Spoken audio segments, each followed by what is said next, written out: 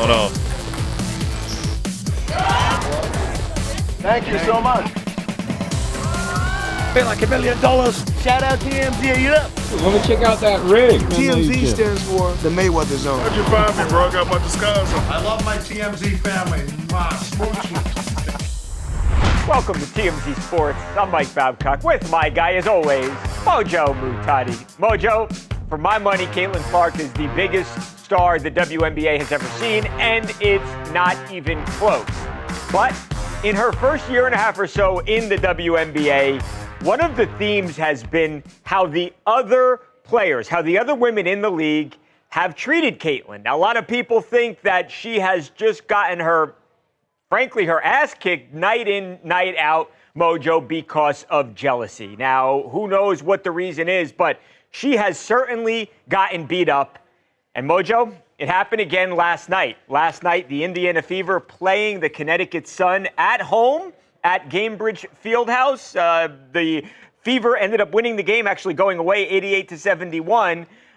For as uncompetitive as it was on the basketball court, though, Mojo, it was super chippy. Now, watch what happens here in the third quarter. 10-point lead for the Fever.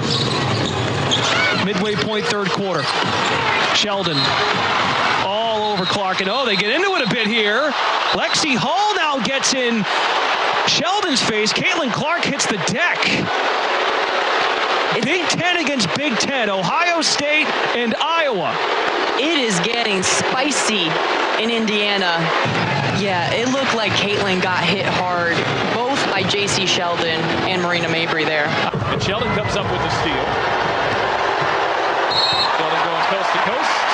And here's we got another break is here as J.C. Sheldon goes right after Sophie Cunningham. It was a hard foul, no question.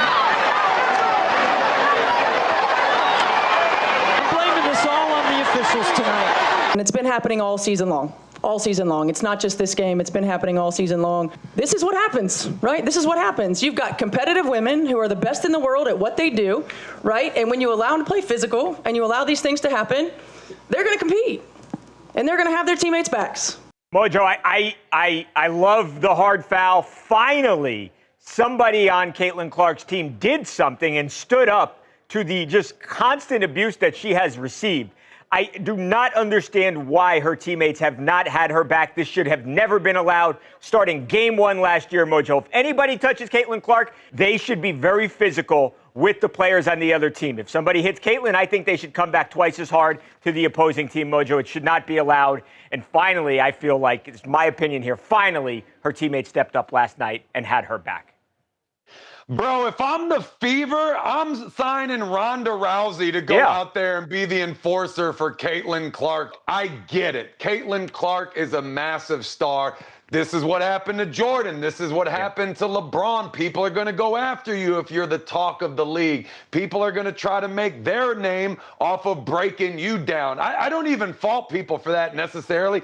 I did that in my career. Anytime I was a defensive lineman, I was playing against a superstar quarterback or an all-American offensive lineman, you better believe I was going to go extra after that person to try to elevate my own game and get more eyes on me.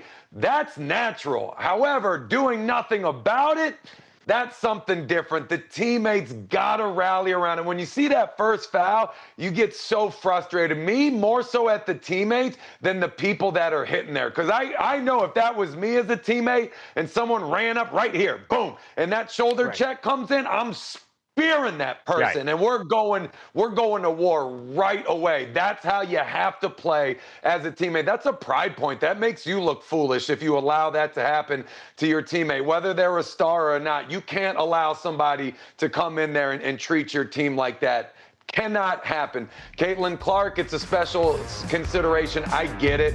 People are probably tired of hearing her name. They all play in the league too. They all work their asses off as well. They all show up and do the right things, and the only thing they're ever being asked about is Caitlin Clark this and Caitlin Clark that. So there is probably some animosity there, but at the end of the day, you got to thank her for bringing all these eyeballs, and more people are caring about the WNBA now than they ever have. So with the bad comes good, vice versa. But at the end of the day, man, this is how it's got to be. You're going to foul me like that, you better expect a receipt with the quickness. Henry Ruggs still wants to play football after that fatal 2021 car crash that has him behind bars. The former Raider breaks his silence at a speaking engagement in Las Vegas when TMZ Sports returns right after this.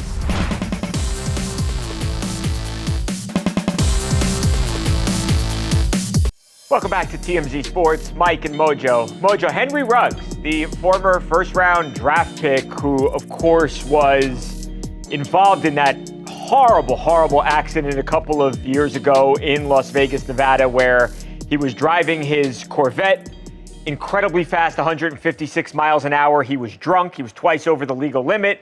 And he crashed into a woman named Tina Tintor, who was just 23 years old, killing her, Mojo, in horrific, horrific fashion. Her dog as well. Well, he was sentenced to 3 to 10 years in prison back in August of 2023. Now, a lot of people thought that that sentence was too light, but that's the sentence that he was given. Now, Henry Ruggs is actually eligible to be released for the first time. Not saying it's definitely going to happen, but will be eligible for release August of 2026, 14 months from now, Mojo. But he got a bit of a reprieve from behind bars a couple of days ago, Mojo, this week. He was allowed to go speak to an audience for an event called Hope for Prisoners. Now, when he was speaking to the crowd, to the audience, Henry Ruggs, I thought he was very somber and he seemed very sincere to me. But he apologized, Mojo, to Tina Tintor's family for what happened to their family member, to their loved one. Now, if you're interested in hearing him and making your own determination, is this guy serious? Is this a legitimate apology? Go to the TMZ Sports website. We've got the entire speech on there, and you can hear Henry Ruggs in his own words. Now, as part of this same event, Mojo, he was also asked questions. Now, one of the questions he was asked about was, hey, look, you're only 26 years old right now. You'll be 27 years old when you're released. That's the same age, Mojo, as guys like Jamar Chase, of Jerry Jeudy, of other star wide receivers who are nowhere near done, right? They perhaps are not even in their primes yet. He was asked about coming back and potentially playing in the NFL. Here's Henry Ruggs in his own words. Would you like to play football again?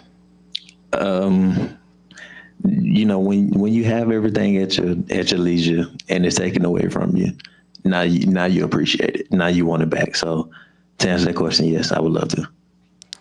Man, that's awesome. Do you have a follow-up question? Yeah, are you preparing to do that? And how can you do that in your current situation? Man, do you see that, guys? They got this thing in there called burpees. I'm only kidding.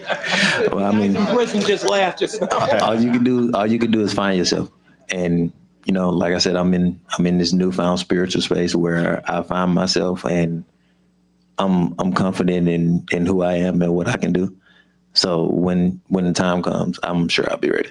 Yeah, you know, Mojo, nobody ever questioned whether or not he was a tremendous athlete or a great football player. He's both of those things. Does he get another chance? I guess that's the question. Is there a team out there that would be willing to sign him given what's happened? Yeah, that's going to be the big question here. I mean, of course, at one point, I mean, this guy was a superstar, one of the best players in the country, highly touted recruit, and, you know, made it to the highest level of ball, and things were going well for him before he made a series of consecutive mistakes that were extremely costly to him. I mean, of course, he didn't aim to kill somebody that night when he went out, but he made a couple of huge mistakes that you have to anticipate that accidentally killing someone is a reality. I mean, his first mistake, drinking and driving, is his second mistake, driving that fast. I mean, driving 100 miles per hour is fast enough. Driving 150 miles an hour, you have to expect that it is likely that something could go wrong. So when you're combining both of these things, I mean, that's what happens. And, you know, for I think a lot of people that might be questioning him wanting to come back to football, you got to expect that a football player is going to want to return to football once he serves his time. Of course, a lot of people think that this was a sentence that was extremely too light.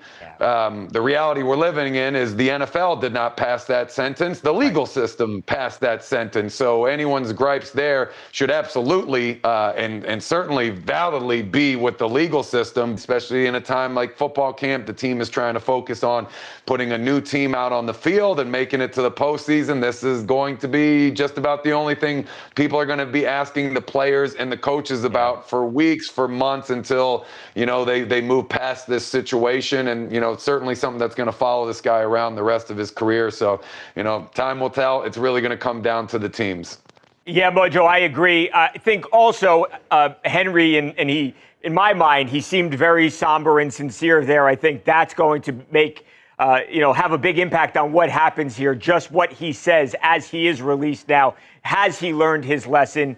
Obviously, there aren't many examples we can point to, Mojo, as similar situations.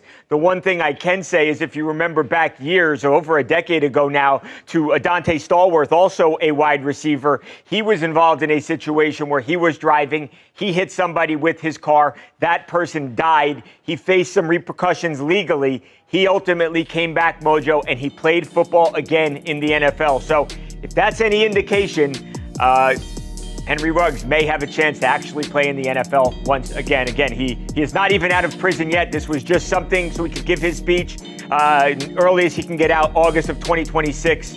We'll see what happens. Up next, former college swimmer turned political activist Riley Gaines is with us. Would she be willing to work with Simone Biles after their recent spat on social media? We'll ask the 12-time NCAA All-American when she joins us next on TMZ Sports.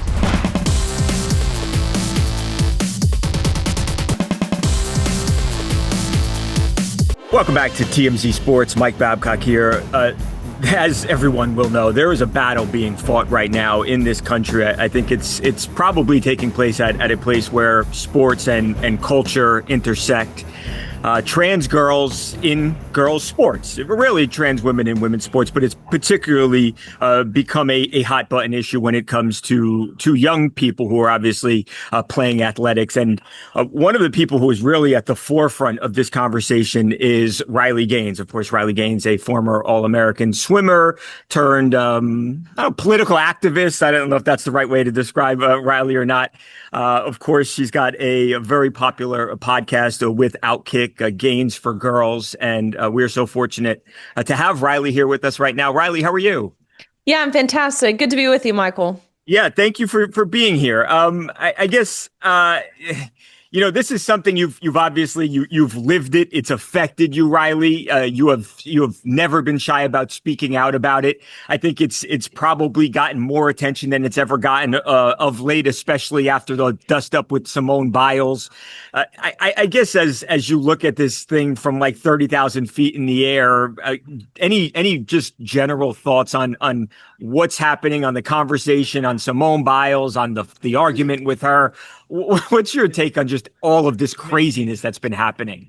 Yeah, craziness is to put it mildly, I would say. 30,000 foot overview. Of course, we saw this assault on Title IX, the federal law that ultimately, at least since 1972, so coming up on its 53rd anniversary, has prevented men in women's sports within any educational program that receives federal funds.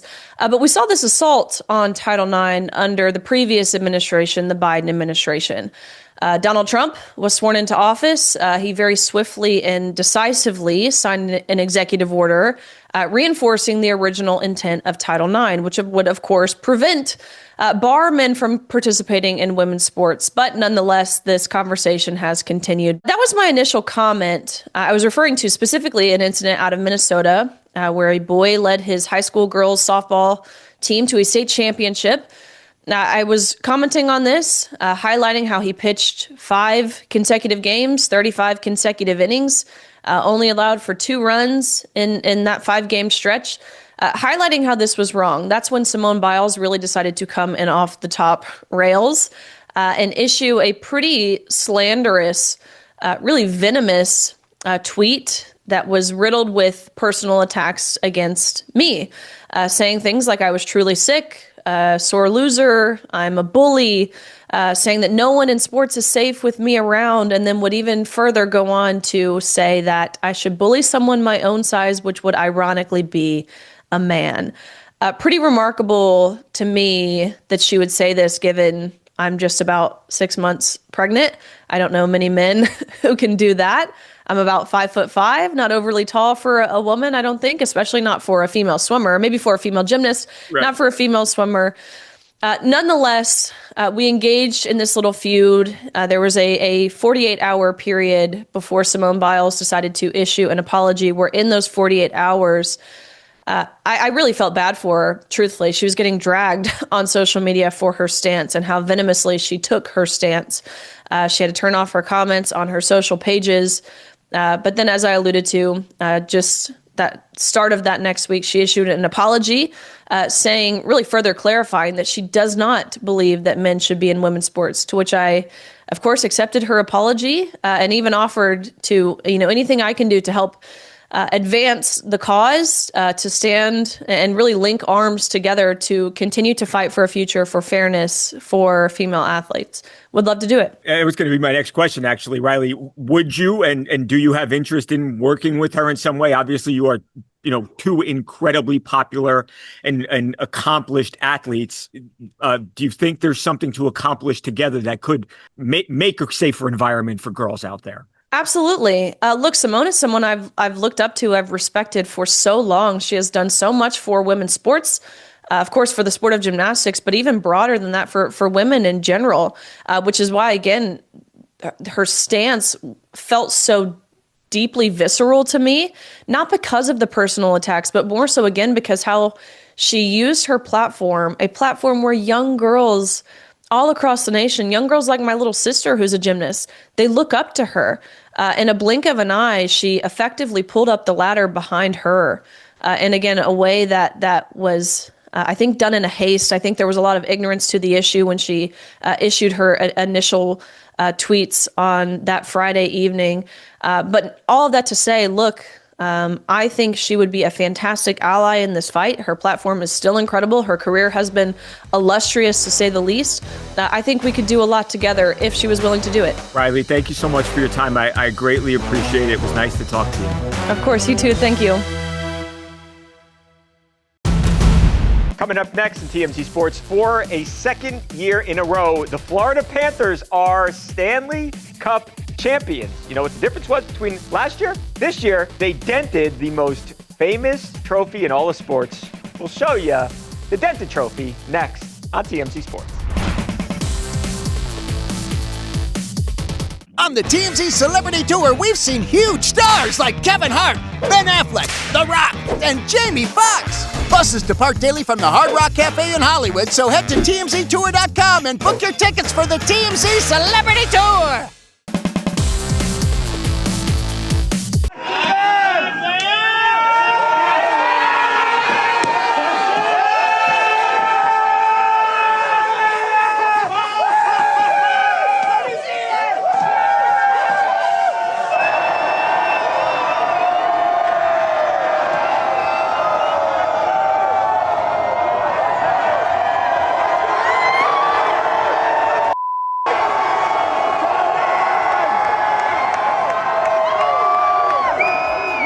Mojo, it's deja vu all over again, in the words of the great Yogi Berra.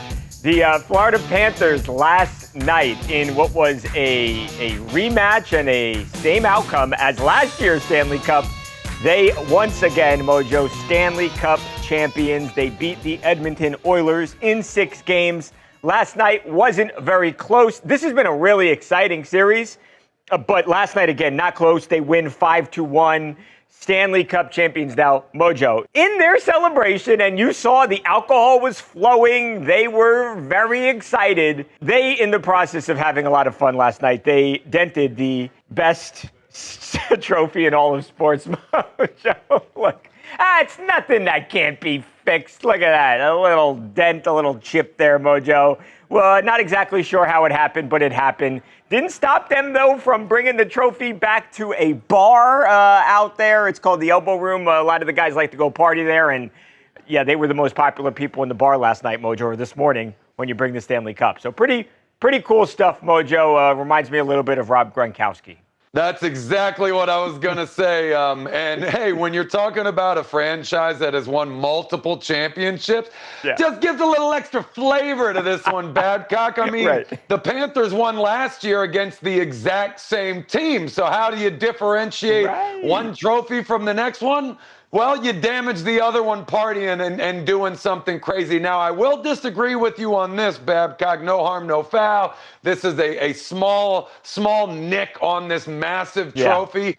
I would disagree with you, Babcock. We're talking about a lot of sliced lips in the offseason. I mean, this is the Stanley Cup. This is the coolest trophy in all of sports. The one that provides the most use as well. The players are chugging drinks out of this thing in the offseason. I've actually chugged out of the Stanley Cup when the Lightning won that thing years back. And you have that big surface, but some people might cut some lips. That looks like a problem waiting to happen right there. That's awesome, Mojo. I'm sure they are thrilled to death to have back-to-back champs. They kicked the crap out of the Oilers in this finale. I mean, man, I've been to a few games this season, had a great time at all of them. A little salty that I wasn't there when they finally won it all. I was just there, Game 3 or Game 4 recently? And I think you went to Game 3 there with Mark Ingram, and then we saw the photo of you at Game 4 with Taylor.